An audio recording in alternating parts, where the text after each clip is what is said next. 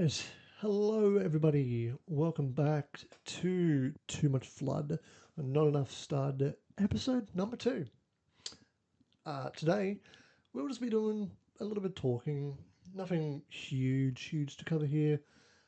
Mostly, I will be talking about my experience at AEW Grand Slam Sydney. So, we'll get into that shortly, but before then, we, of course, have some notes from the Wrestling Observer newsletter from 2016. These newsletters are from the 22nd of February 2016, as well as the 29th of February 2016. The New Beginning in Osaka on the 11th of the 2nd, 2016. It was a good show, notes Dave, but it was far from the caliber of most big shows in recent years. Katsuyori Shibata's never openweight title defense against Tomohiro Ishii was tremendous. Many of you would have seen on my page recently, I did an edit of that match from the 2016 New Beginning in Osaka. Fucking awesome match. Ishii and Shibata, they just don't miss. Like, obviously everyone knows their famous G1 23 match. They did have a very fun match. I think it was Wrestle Kingdom 10, I want to say, because that was 2016. But the New Beginning in Osaka show with the Never title on the line, it was fucking awesome. Shibata looks like the guy who will be put in the Nakamura position as the other top Japanese single star. Unfortunately, that wouldn't really happen. But of course, at the time, we didn't know that Shibata would, headbutt Okada just over a year later and suffer a subdural hematoma in a brain bleed too. Thankfully, of course, Shibata is still wrestling right now. For those of you that don't know, he is signed to All Elite Wrestling at AEW and also competes on ROH every now and then as part of the Ops stable, which is currently led by Hook, Taz's kid. That's weird. I don't like that. The show's ending was a disappointment as the fans weren't into Okada's title defense against Hiroki Goto, who needed badly to step up but didn't, noted Dave. Now, Goto's performance in the match, I haven't really watched that match, to be honest, but Goto had a sick look for that match, like with the kanji or whatever it is, painted on his body with the white and the black, and that was awesome. And that was Goto's last title shot at the heavyweight title, obviously, until last year when he ultimately defeated Zack Sabre Jr. for the belt. Well, that was the world heavyweight title, but I guess the lineages are linked now.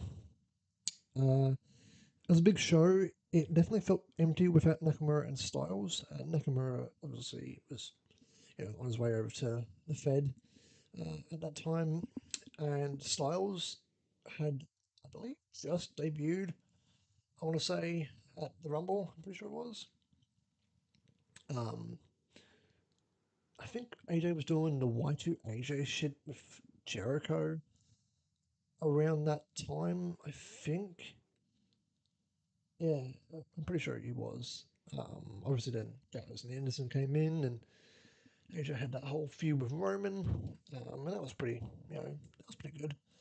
A new member of the Bullet Club was also teased at the Nagata show, the beginning in Nagata, after the IWGP Tag Team Champions, Tomoaki Honma.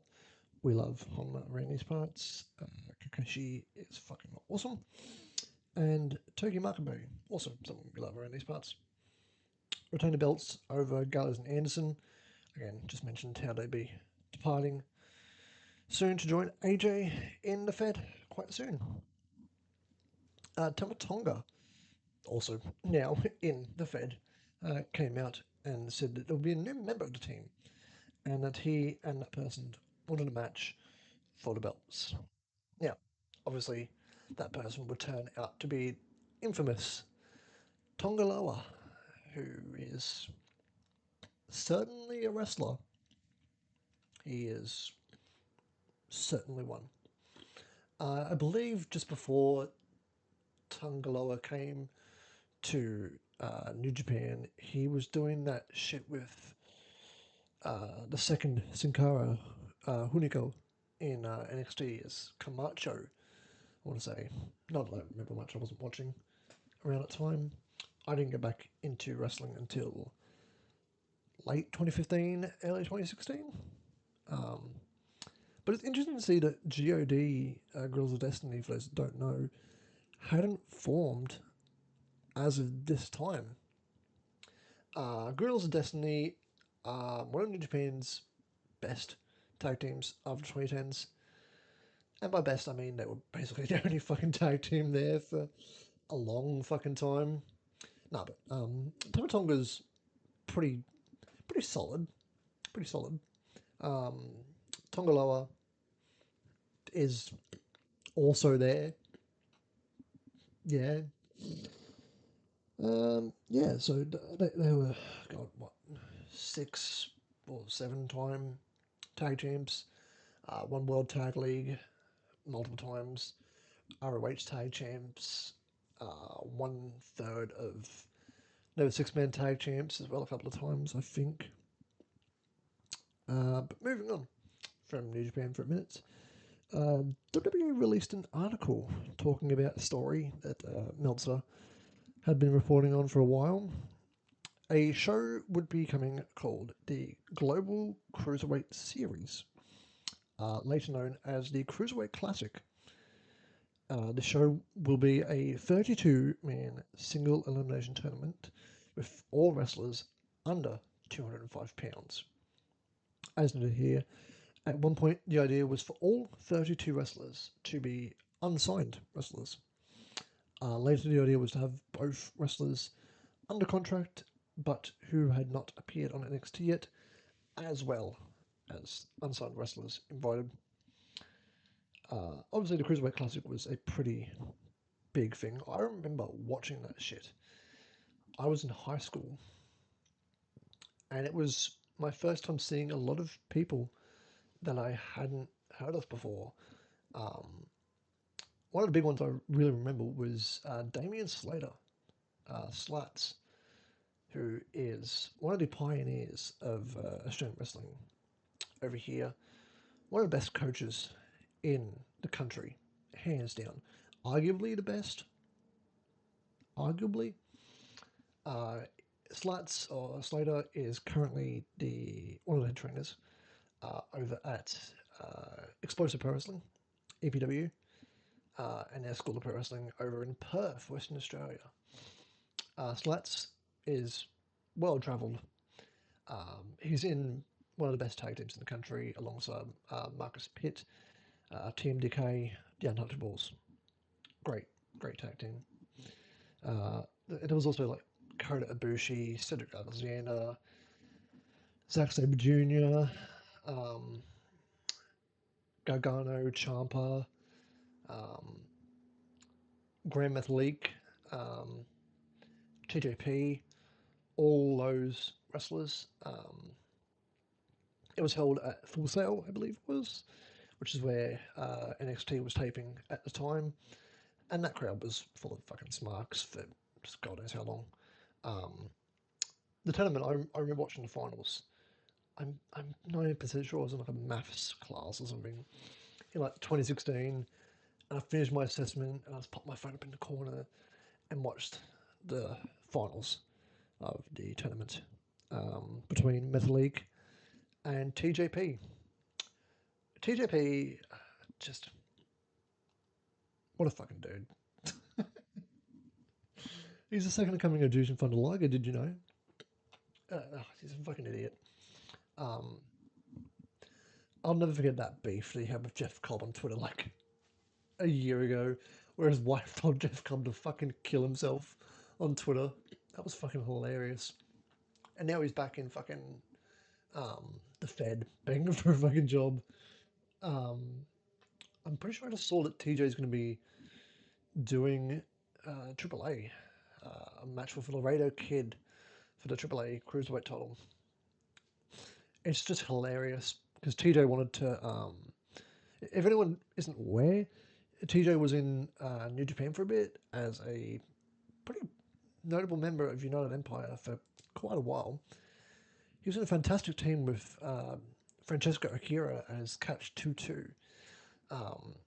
Akira got injured and then he kind of just floundered a bit. And then TJ wanted to move up to heavyweight, which no one really wanted. Because let's be honest, who the fuck wants to see TJP in 2026 as a heavyweight? No one. Who the fuck wants to see TJP in general? Like, no one. Anyway, TJ was offered a spot in, I believe, Best of the Super Juniors in 2025, I think it was, just before he left Japan. And he turned it down because, like I said, he wanted to be a heavyweight. And New Japan was like, lol. No, fuck you. Like, why would you want to be a heavyweight? You're TJP. Fuck off. And so he crashed out on Twitter and then... Oh, no, it was Reddit he crashed out on. And then his wife crashed out on Twitter over some stupid fucking thing. Anyway, back to the original point of the Observer Notes. At one point, the tournament was designed as a vehicle to introduce Manny Andrade, the former La Sombra, but that wouldn't happen. Interesting, I never knew that. That was that the Cruiserweight Classic at one point was supposed to be the introduction for the now Andrade El Idolo in AEW. Andrade, man, what a wrestler. What a wrestler. William Regal is looking at talent all over the world to find both wrestlers people know and those who people aren't aware of yet. They are looking at people from Progress, Evolve, and Rev Pro. The only British person I can really remember being in the Cruiserweight Classic was Jack Gallagher. Man, I liked him. I did like him until, speaking out. But yeah, man, the Cruiserweight Classic was a great time. Danielson and Mauro Ranallo on commentary just popping like shit for everything. Fucking Kota Ibushi in WWE, Zack Sabre Jr. in WWE. What a fucking weird time, man. I'm sure you people might remember Kota Ibushi had a famous story backstage at the Cruiserweight Classic, or it might have been NXT one time. Ibushi was a free agent. I'll get into that in a little bit. But Ibushi ran into Vince McMahon backstage and he didn't know who he was. And so he just shook this guy's hand and someone was like, that's Vince McMahon. And Ibushi was like, who? I don't know who that is. That's just fucking hilarious, man. I love Ibushi. Alright, moving on to the 29th of February 2016, Observer. Shane McMahon returned to Raw after nearly a 6 or 7 year absence. And up until that day, very few people were aware that Shane was returning. The deal between Shane and Vince was legitimately struck about 4 weeks ago, when Vince believed that the original plan of Cena versus Undertaker wasn't going to happen. Obviously, that wouldn't happen because Cena was injured at the time, I believe. Cannot remember for the life of me why it was injured, but he would make an appearance at Mania that year. I remember that. The original plan for Brock Lesnar, was for Bray Wyatt to cost him the title at Fastlane and face him at Mania. I believe around that time they ran like a weird match where it was supposed to be Brock and Bray at like Roadblock 2016, and at the last minute they like subbed Brody Lee, Luke Harper in, and it just turned out to be a squash, and then it just never went anywhere. That was weird. Uh, the decision was made to instead go with Dean Ambrose, now known as John Moxley, in AEW. That match, I was excited for that match. It was no DQ, but Lesnar just didn't give a fuck. He didn't give a fuck. I mean, they were trying everything with Ambrose. Didn't they have like fucking Terry Funk appear and like give him a weapon, like a chainsaw or some shit, and Mick Foley too? That was weird. I would have liked to see Terry Funk versus Mox one day. I'm pretty sure I might have done that in a Floodism recently. Anyway, let's back to it. The original plan for Reigns versus Triple H at Mania would be to have a special guest referee who has history with Triple H. It's noted that Dave Bautista was asked and turned down that role, at least the first time he was asked a few weeks ago. I believe that they mentioned that it was due to everything that happened with Titus O'Neil around the time. Um, if you remember, Titus was on the stage for Raw when Danielson was announcing his retirement, and Vince and Steph were there, and Steph was walking back up the ramp, and I'm pretty sure Titus just grabbed Vince's arm to like let Steph go first and be like, oh, let the lady go first.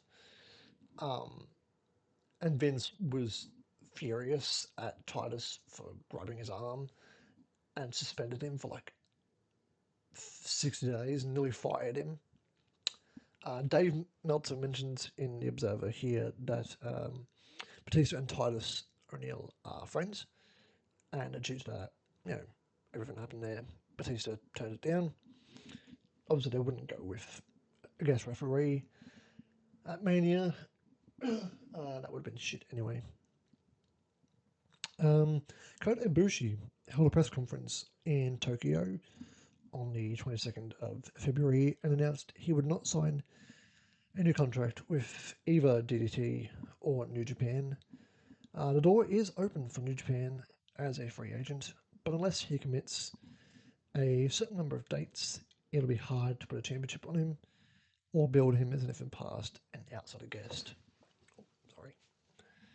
While Ibushi didn't indicate anything to do with WWE, with him no longer being under contract to New Japan, it would legally make it possible for the upcoming Cruiserweight tournament, which he would compete in.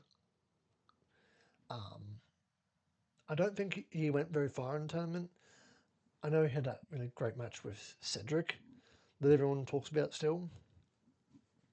But yeah. As for New Japan, the company has a unique show on New Japan World on the 25th of the 2nd called Lionsgate Project. The idea is this is New Japan's version of NXT with all the young lions, but this card has a New Japan versus Noah theme. New Japan rookie Kawato Hirai, later Master Wato, and another rookie who we won't mention because he's not really important, would face Noah's Kaito Kiyomiya and another rookie from Noah. That's interesting. Kaito Kiyomiya versus Wato in 2016. That's, yeah, I'd like to see that match now. I think Wato and Kaito are both fantastic. Wato is currently about to challenge Doki on March 5th, I want to say, at the anniversary show. Pardon me. And Kaito's great, I've been liking his more edgy sort of style. Um, I'd like Kaito to come to New Japan. Um, he's not really doing anything in Noah. There's not a lot for him to do. I don't want Kaito on NXT, thank God. Thank fuck. I don't want that.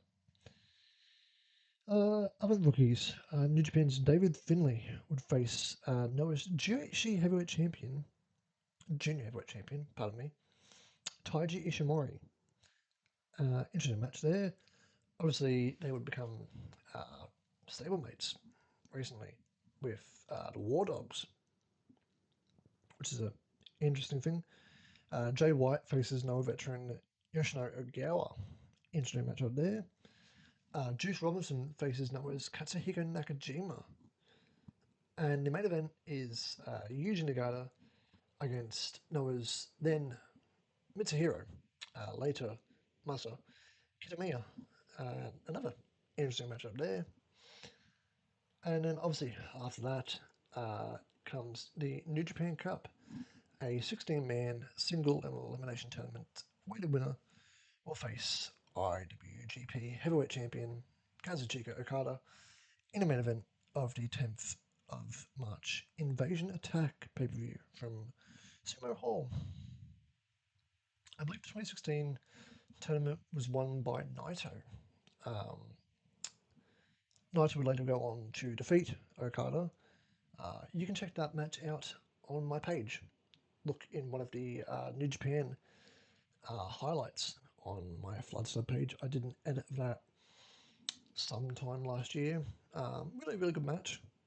Naito would go on to defeat Okada with help from the debuting Seiya Sanada. Later, just Sanada. Sanada, I believe, was doing Wrestle One around the time. He'd also done TNA a bit. I think he won the X Division title at some point. I have a memory of that. Sanada is a trainee of Muto. Keiji Muto, the Great Muta. Was heavily influenced by him early on in his career, and even still, going now. Obviously, he used the Shining Wizard, which is innovated by Muto for a lot of his career. Sonata's cool. I hope he's doing well, whatever he's doing. All right, and that concludes the Wrestling Observer newsletter portion of this video podcast. Pardon me. I'm still getting used to this. Anyway, let's talk about AEW Grand Slam Sydney 2026. Now, as most of you know and would have seen, I was there live. Indeed, I was. Great show. Really, really good show. Personally, I preferred last year's Grand Slam. Sentimental reasons, seeing Ospreay, Omega, Mariah May, Tony Storm, all that. Okada, Buddy Matthews, all that. This year's show was awesome though. Like I really, really enjoyed this show. My seats were pretty good. About I think it cost me like $250. I want to say. I think. But I got great seats, like good seats for Kudos Bank. It was not sold out. They sold about I think 7K. Kudos Bank holds about 19K people in it. But the stage was sick. Crowd was good. They taped some ROH matches before the show. None of those were announced beforehand, which I was a bit annoyed about. Last year they did Global Wars Australia just before the show. And that featured like a really cool match between Robbie Eagles and Lee Moriarty, as well as, I believe, Alex Windsor versus Athena. That was quite fun. A really fun tag match as well. It was the Learning Tree, Jericho, Big Bill, and Brian Keefe versus it was Bandito and the Outrunners. That was a match. Seeing Jericho was cool, despite you know him being Jericho. He is a legend, and I enjoyed seeing him. I remember Big Bill was super over last year at Grand Slam Brisbane. Um, but yeah, um, for the ROH matches this time, they had one half of the IWGP Tag Team Champions, well, Junior Tag Team Champions, pardon me, the Sniper of the Skies and TMDK's own Robbie Eagles, taking on one third of the ROH World Six-Man Tag Team titles. The captain Sean Dean of Shane Taylor Promotions. Sean Dean is, I love Sean Dean. I really enjoyed his work recently with STP.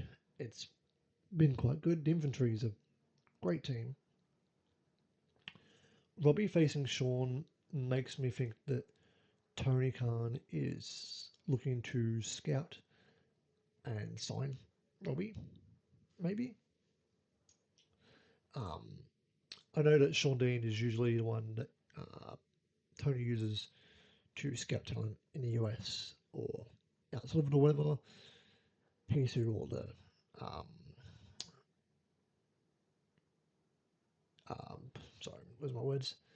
All the enhancement talent come through is Sean. Um, I'd like to see Robbie get signed to AEW, maybe dual contract. He did say, however, on Instagram that he likes living in Australia and doesn't know if AEW would allow him to. But, selfishly, I love Robbie. Great dude, friend of the show as well. Um, if you're listening, Robbie, love you. um, yeah, I saw Robbie the night before at PWA's Colosseum show. Um, I want to talk about that before I fully dive into Grand Slam. Colosseum was a good show.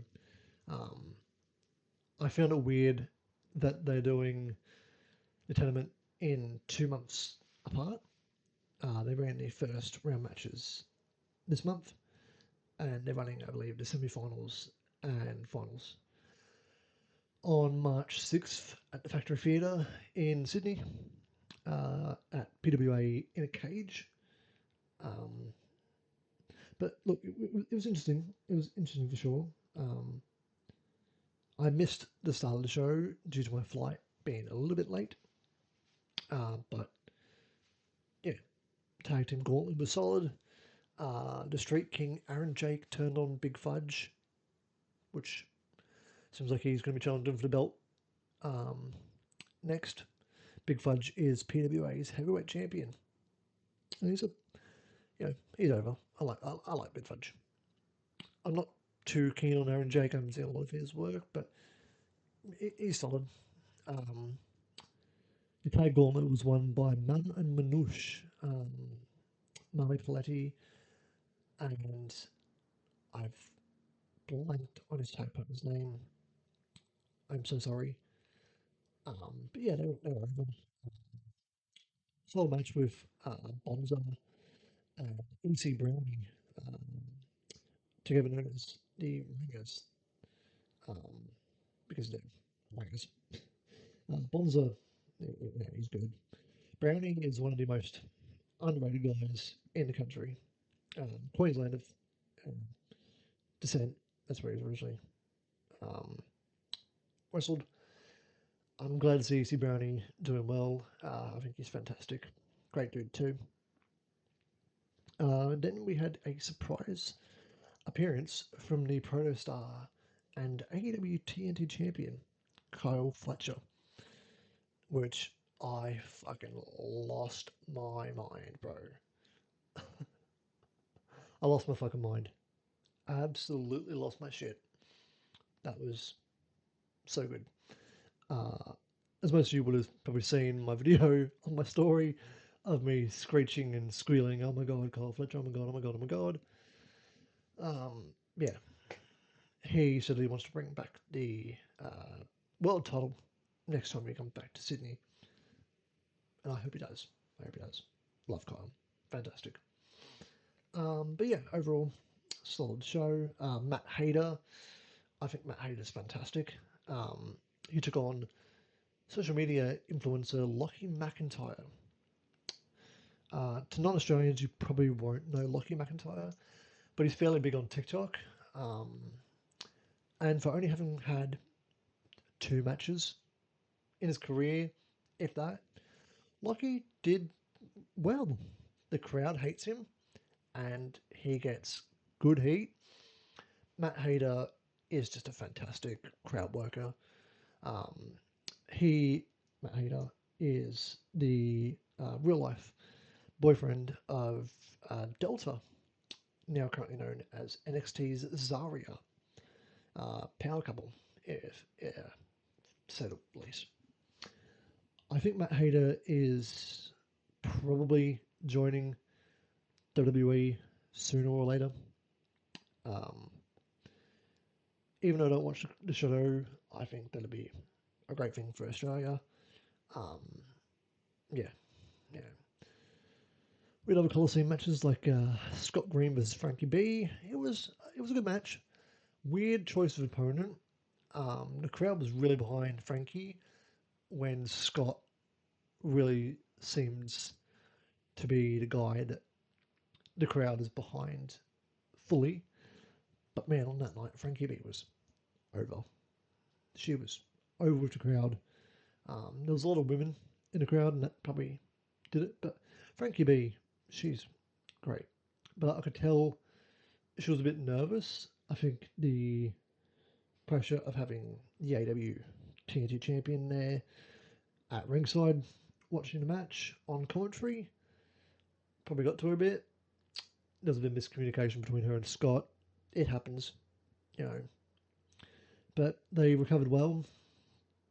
Scott got the win with a elbow drop from the top, and he advances to the semi-finals of Colosseum, where he'll face his rival, Lockie McIntyre, who I just mentioned before.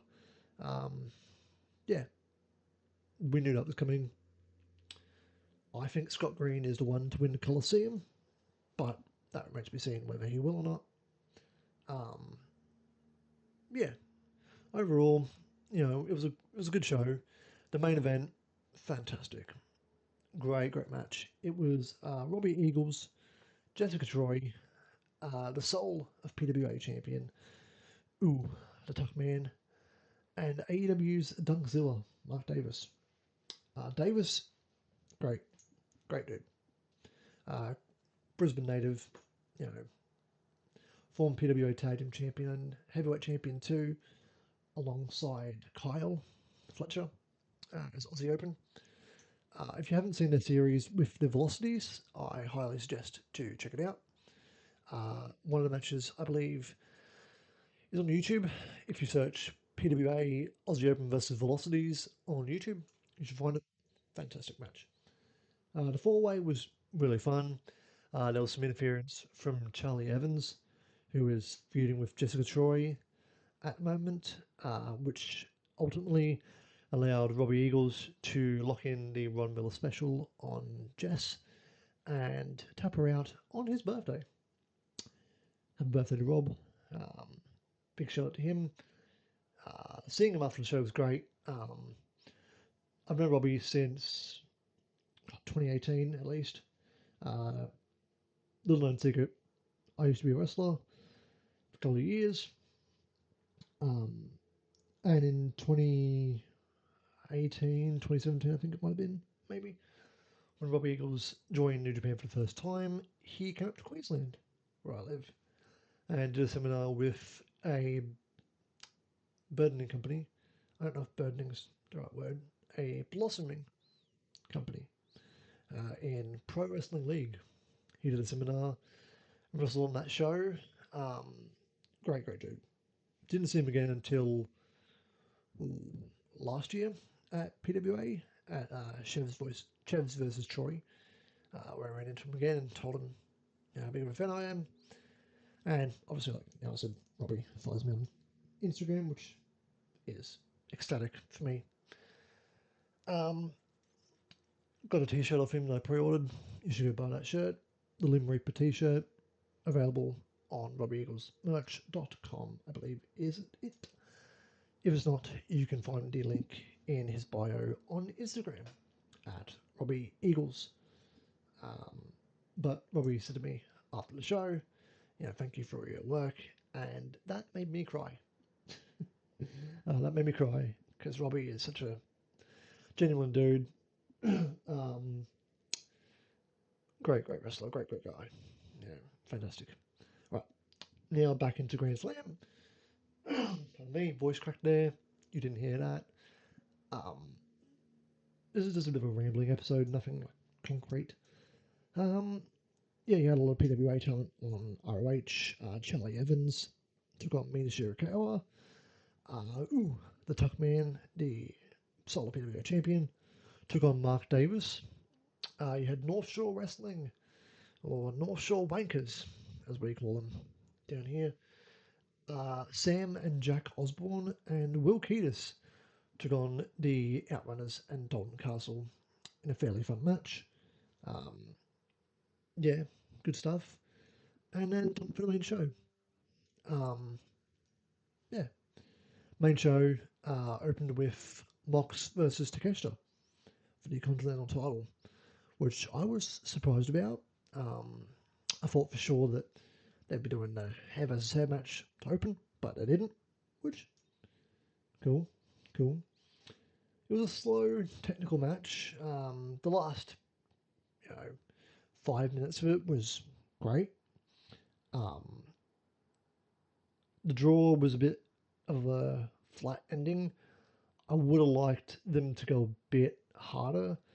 It did feel like they were holding back a bit, and obviously now we know why, because it was announced today, just after Dynamite, that Mox and Takeshita will be weighing back once again for the Continental title at AEW Revolution on March 16th of this year. No time limit, which, great match. I'll be excited for that. Hopefully to deliver a bit more. Yeah. What was next? I've forgotten. It's been a chaos week.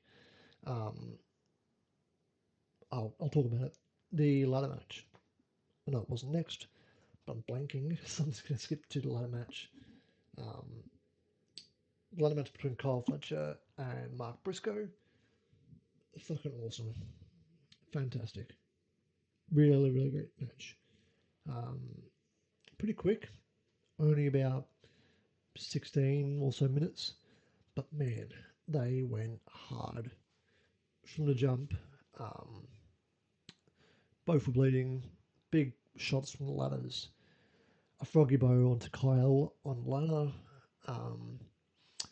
J Driller through a ladder bridge. Last ride for a ladder. I will say, however, I wasn't a huge fan of the ending of the match. For those of you that didn't watch, just before the finish, Kyle Fletcher would hit his finishing move, a brainbuster, off of a huge ladder, which was insane. I thought they were going to fucking die. I was terrified. Hit brainbuster on Mark. That should have been the end. You peaked there. Your big moment is the brainbuster off the top. What happened after wasn't bad. It just felt a bit flat. Mark starts to slowly sell up a bit, strikes Kyle a couple of times in the back, gets kicked off the ladder by Kyle, and then grabs another ladder, climbs up the ladder, second ladder, I should say, and then Kyle and him trade strikes a little bit. Looks like Mark Briscoe's getting the better of Kyle, but then Kyle kicks the ladder over, and Mark gets hung up on the top rope, and then Kyle wins. Which, look, not terrible. not egregious, but the brainbuster should have been the end. Cut out that last couple of minutes and just had the brainbuster be the end. That's my only critique. Look, I give it 5.5 stars. Maybe I'm being too high with it, but I was there. I fucking loved that match. I love leather matches. It was awesome. Kyle's gear was fantastic. And he debuted a pink belt after, which is great. What else do we have on the card? We had the women's titles. Megan Bad, Megan Bain, and Penelope Ford versus Babes of Wrath. Willow Nightingale, the TBS champion, and Harley Cameron, the women's tag team champions. Pardon me. Gotta be honest, didn't care for this match.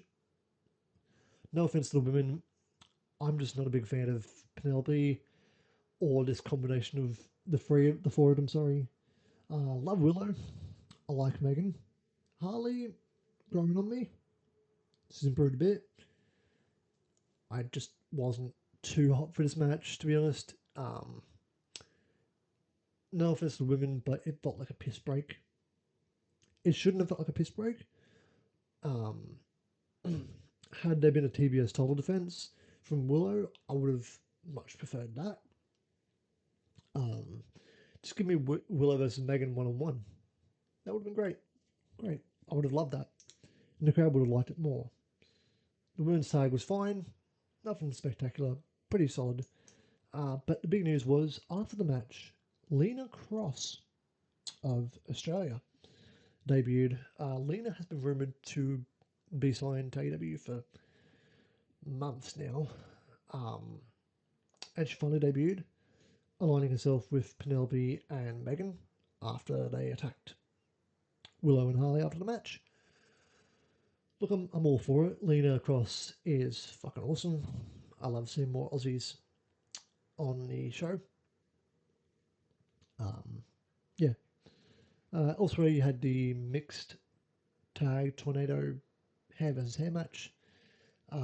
Tony Storm and Orange Cassidy versus Marina Shafir and Wheeler Yuta. This was really good. I really enjoyed this. Obviously, Yuta is such a little shit. He is great at getting his shit rocked. You want to see him get beaten shit up because he's just a little fucking weasel. Crazy spot where Yuta fucking pile drives Tony onto some like boxes and it takes her out for like half the match. And Orange is working from under. Orange is working from under for most of the match. Yeah, great stuff. Orange felt like a great, face in peril. This really was a really good intergender match, proper intergender, not just man versus man, woman versus woman. It was Marina was beating the shit out of Orange most of the time. Yeah, really good match. In the end, Orange and Tony got the win, pinning Wheeler Yuta, and obviously Yuta now had to shave his hair, and he's bald. I pissed myself laughing. It was so funny. My favourite bit of it all was Yuta tries to run away through the crowd, not giving a shit, and Mox comes out. Leader of the Death Riders, John Moxley, comes out and he grabs Yuta by the ear and says, "Get your fucking ass back in there. Get back in there. You made a deal. Get back in there, young man." Like a fucking disappointed dad. And Mox was in the ring just like shaking his head like, "Oh God, what did my kid get into?" But no, good fun. Main event was MJF, the AEW World Champion, versus Brody King. But before that, we did have Andrade El Idolo versus Hangman Adam Page. Very good match. Expected a bit better. Andrade got his shit rocked a couple of times, hit his head on a pop-up powerbomb, and then face planted on the outside on a tornado. The spinning dive really does to the outside. I hope Andrade is okay. Looked a bit nasty. In the end, Hangman gets the win with the buckshot. buckshot lariat to punch his ticket to Revolution, where he faces, like I said, main event winner MJF versus Brody King for the AEW World Title. Look, the World Title match was good. It was good. I liked it. Massive fuck ice chants from the crowd, which awesome to see. Really been taken over. Absolutely fuck those disgusting pigs. Yeah, great stuff. Great stuff there. Match was solid. Look, MJF, he's great. When he's good, he's good.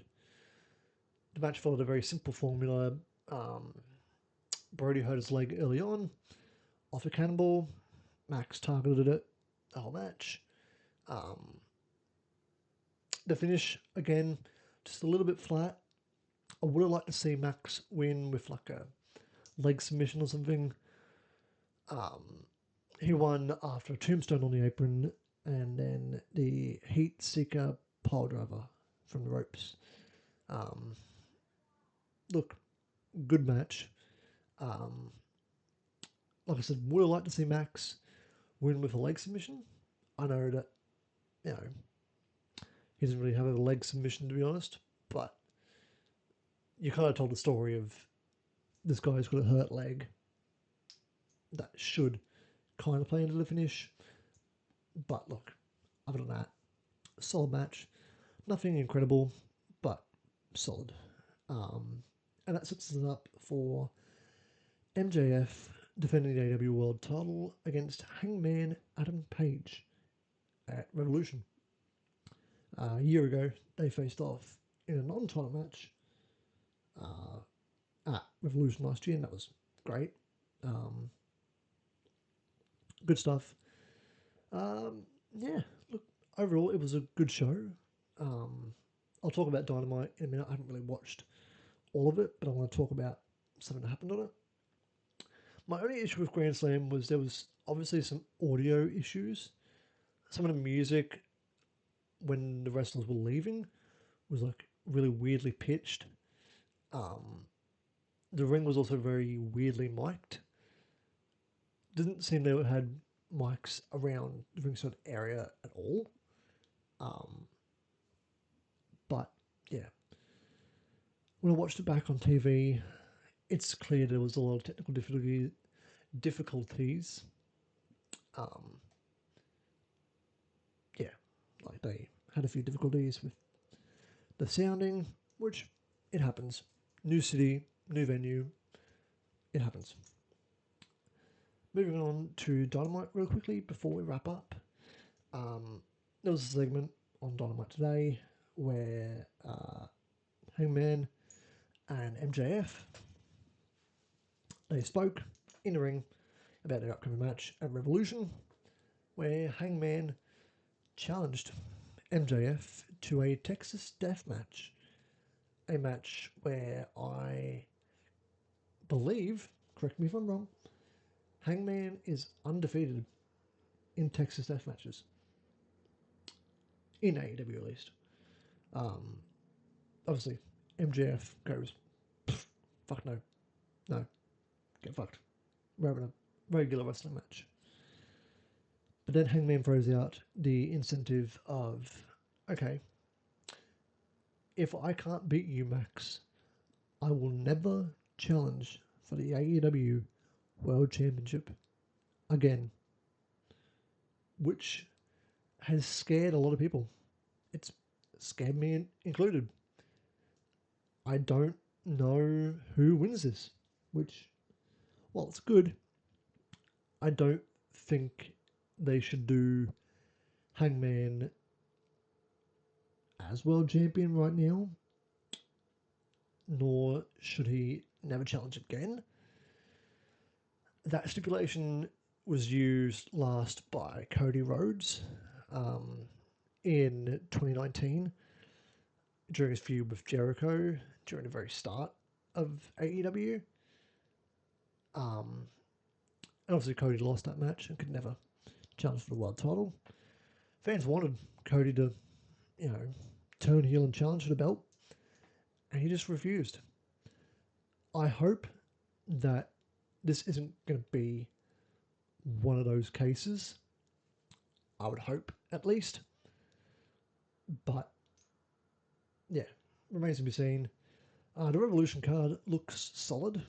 Obviously, like I said, you got MJF and Hangman main eventing, most likely.